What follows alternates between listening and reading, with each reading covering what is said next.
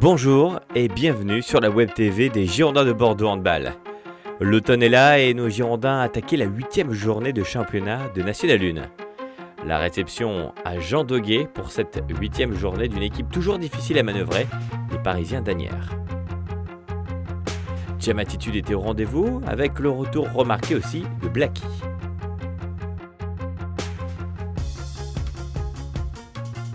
Louis Roche et ses coéquipiers rentraient parfaitement dans la partie, mais au fil de minutes, c'est bien les rouges et noirs qui prenaient les devants. L'écart grandissait jusqu'à 5 buts de retard. Rémi Andrieux a limité la casse, mais les transmissions n'étaient pas au rendez-vous selon le coach girondin.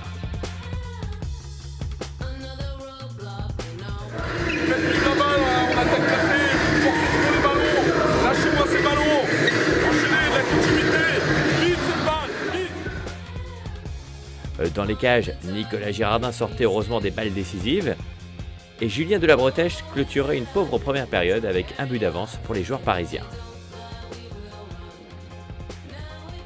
Au retour des vestiaires, c'est un Slobby revanchard et un collectif retrouvé qui repassait devant Asnières. Les Girondins contenaient le retour des Parisiens et clôturaient le score 28-26. Un ouf de soulagement dans le camp des Girondins, Bordeaux est désormais deuxième. Eric, on a senti une équipe des Girondins tendue du début jusqu'à la fin, match difficile cet après-midi. Oui, tendu, je ne sais pas si on a été tendu à l'approche ou si c'est les événements qui nous ont tendus. Mais en tous les cas, on se satisfait de la victoire parce que c'est l'essentiel. Mais la qualité du jeu, il n'y a pas du tout. Moi, je suis assez mécontent de notre production. On a plein de pertes de balles pas dignes qui sont pas dignes d'un premier, où on met du rythme, au moins on essaie de mettre du rythme par rapport à certains matchs précédents, mais avec beaucoup trop de déchets. Donc je suis un peu insatisfait de la prestation là, de ce week-end. Maintenant, l'essentiel est de gagner, et heureusement qu'on gagne parce que on savait que c'était un match piège. Ce genre d'équipe-là est très difficile à manœuvrer. Mais on l'a rendu plus difficile de par notre prestation, quoi. Voilà, donc oui, il y a un fait de match qui est marquant avec l'histoire du chronomètre. C'est là aussi, tout peut se jouer là, hein, si vous ne redémarrez pas de la meilleure façon. Oui, tout peut se jouer encore. Après, ça arrive dans les derniers instants. Moi, je relève plutôt notre manque de rythme en première mi-temps, qui nous fait à un moment décrocher au niveau du score. Alors, comme malheureusement un peu trop souvent, quoi. Heureusement pour l'issue finale, mais on réussit à quand même avoir des qualités mentales pour inverser la tendance. Donc ça, il faut le conserver à tout prix. Maintenant, il faut absolument qu'on augmente notre qualité du jeu parce que là, ça frisait des fois le déplorable. Alors, un petit mot concernant les prochains matchs. Il y aura un déplacement et puis une réception de Liban qui est un petit peu la surprise aussi de ce début de championnat. Ouais, alors, ça c'est effectivement le prochain match à domicile. Avant ça, on a le match à Saran qui est un match, encore une fois, qui est un match important pour nous. Ils restent sur 2 défaites et ils étaient à l'extérieur, donc là ils rejouent à domicile.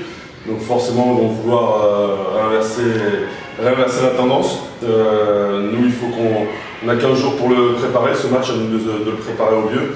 Après, on aura Libourne qui reste toujours un derby et qui reste toujours un match passionnant à suivre. Alors justement, quelle est votre réaction par rapport à cette victoire de Libourne face à Saran? Le championnat est plus que jamais relancé. Oui, il est encore long puisqu'on est qu'à la 8e journée de championnat, donc il y a 26 journées, donc c'est encore long de toute façon. Nous, il faut qu'on continue à avancer et faire un parcours irréprochable en tout cas en termes de victoire. Et pour ça, encore une fois, je le répète, il va falloir augmenter notre niveau de jeu. Merci à vous.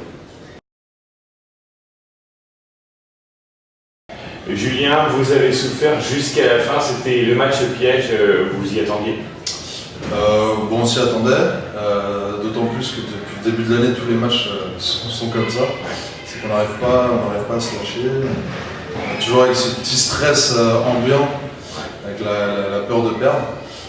Donc encore une fois, le même scénario, ça se finit bien, encore une fois, mais il faut peut-être arrêter de se faire peur maintenant. Pourquoi les démarrages sont si poussifs? On retrouve des premières périodes souvent très délicates depuis quelques rencontres.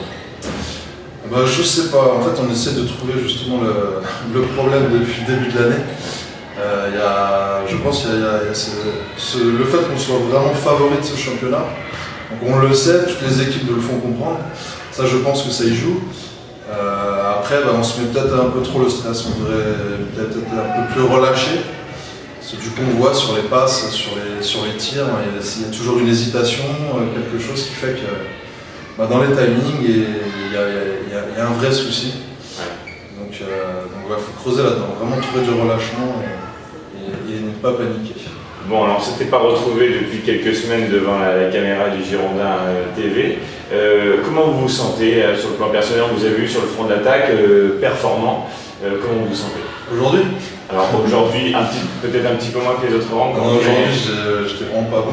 J'assume une partie de cette très mauvaise première période et de ces nombreuses pertes de balles. Non, je me sens très bien. C'est ça le paradoxe. Ouais. C'est que je me sens vraiment très bien dans l'équipe. On s'entend tous bien. Il y a vraiment un groupe, une équipe. Après, maintenant, il faut devenir des hommes sur le terrain et plus des petits garçons. Donc, après, c'est à moi aussi de faire en sorte qu'on devienne des hommes maintenant. Merci à vous, Julien. Merci. De rien.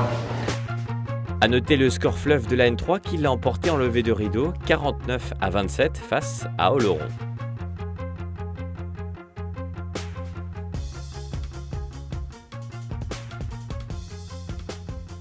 Prochain match pour notre équipe des Girondins, ce sera le derby choc le 9 décembre face à Libourne à Jean Doguet. On compte sur vous.